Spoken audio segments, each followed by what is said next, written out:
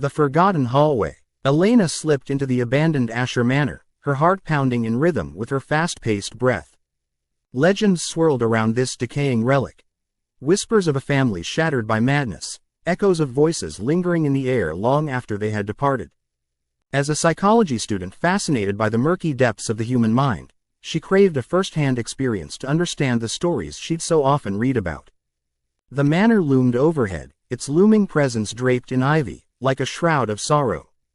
She had come alone, driven by a mix of ambition and a need for understanding. The sprawling estate had been empty for decades, and locals warned of shadows lurking within. But she brushed them off: dementia, schizophrenia, madness. These were realms she wished to explore. The rusty door creaked open, revealing a dimly lit foyer. Dust motes danced in the stale air, illuminated by shards of sunlight streaming through broken windows. An ornate chandelier dangled perilously above her, with a few crystals missing, like teeth in an old mouth. She stepped inside, the floorboards groaning beneath her weight. Instinctively, she felt as though she were trespassing in a tomb. As she wandered deeper into the manor, Elena's phone buzzed with a text. It was from her mother. "Come home, Elena. You should be with family." She rolled her eyes. Her mother rarely understood her passion. Layers of the hauntingly intricate wallpaper peeled away, revealing years of decay. The outside world felt a million miles away, lost to her like memories too fragile to hold on to. Her explorations led her to the library, where shelves bowed under the weight of dust-covered books. One volume called to her, its spine cracked. The Mind in Shadows. It seemed to pulse with energy as she pulled it down. A chill raced down her spine. She opened to a page detailing the symptoms of various psychological disorders: hallucinations, detachment from reality, delusions. What if the mind lives two lives, one in the waking world and another in the darker corners of being? It read. She scanned the room, feeling a tremor of anxiety. The stillness pressed against her, muffling the sound of her racing heart. Suddenly, a muffled laughter echoed down the hallway. Elena's pulse quickened, not the playful giggles of children, but a chilling sound layered with sadness and derision. "Hello?" she called out, her voice quivering. Silence answered her, amplified by her quickened breath. She followed the sound through the dining room, where the table was set for a banquet that had never taken place. In the center lay a tarnished silver candelabrum, wax drippings telling tales of time spent in darkness. She was drawn closer to a hallway at the far end, the laughter now sounding more like frantic whispers. "Sometimes, the mind tells us stories," a breathy voice whispered, seemingly coming from nowhere. "Did you write those stories, or did they write you?" Elena froze. A flicker of panic surged through her as a fleeting shadow dashed through her peripheral vision.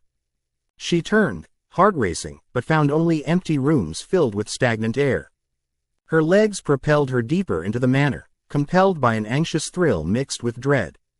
The hallway twisted and turned unnaturally, bending in ways that felt wrong. It wasn't just an architectural anomaly, it was a physical manifestation of her growing unease. The walls pulsated, breathed, like a living thing. Another voice joined the first, layers of sound weaving together into an unsettling harmony. "Do you remember? Remember the things you saw, the faces you feared?" Elena stumbled upon a small parlor, the energy crackling like static electricity. An old mirror hung crookedly on the wall, its surface tarnished but revealing more than just reflections. Faces flickered within it. A woman with wild eyes, a man's distorted grin, and children laughing. Or were they crying? Her own face stared back at her, but something was off. The eyes seemed to shift and blink with personalities of their own. "You don't belong here," the voices whispered. "You'll join us soon. We'll be one." Her breath caught. The walls seemed to close in on her. Panic ignited her instincts to flee. She dashed back toward the library, but the manor twisted as if it were shifting to trap her. The furniture writhed, the shadows flickered like candle flames. Those whispers turned into a cacophony, a symphony of anguish. "Why did you come? Stay with us. Forget." Elena burst into the library, clutching the book like a talisman.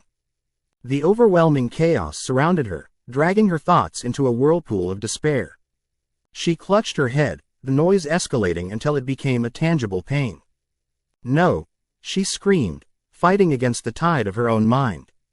Then, suddenly, as it began, it ceased. The shadows retreated, the laughter faded, and calm resurfaced. Breathing heavily, Elena steadied herself as silence wrapped around her like a blanket. She turned to leave, feeling the grip of the house release. As she sprinted for the door, she glanced back one last time at the cursed mirror, which now showed her just the old library. The faces, the laughter, the noise, they had receded like a waning dream. Elena stumbled out into reality, gasping for air, as sunlight flooded the entrance. She felt a weight lift from her chest. But as she stepped onto the path leading away from Asher Manor, she paused.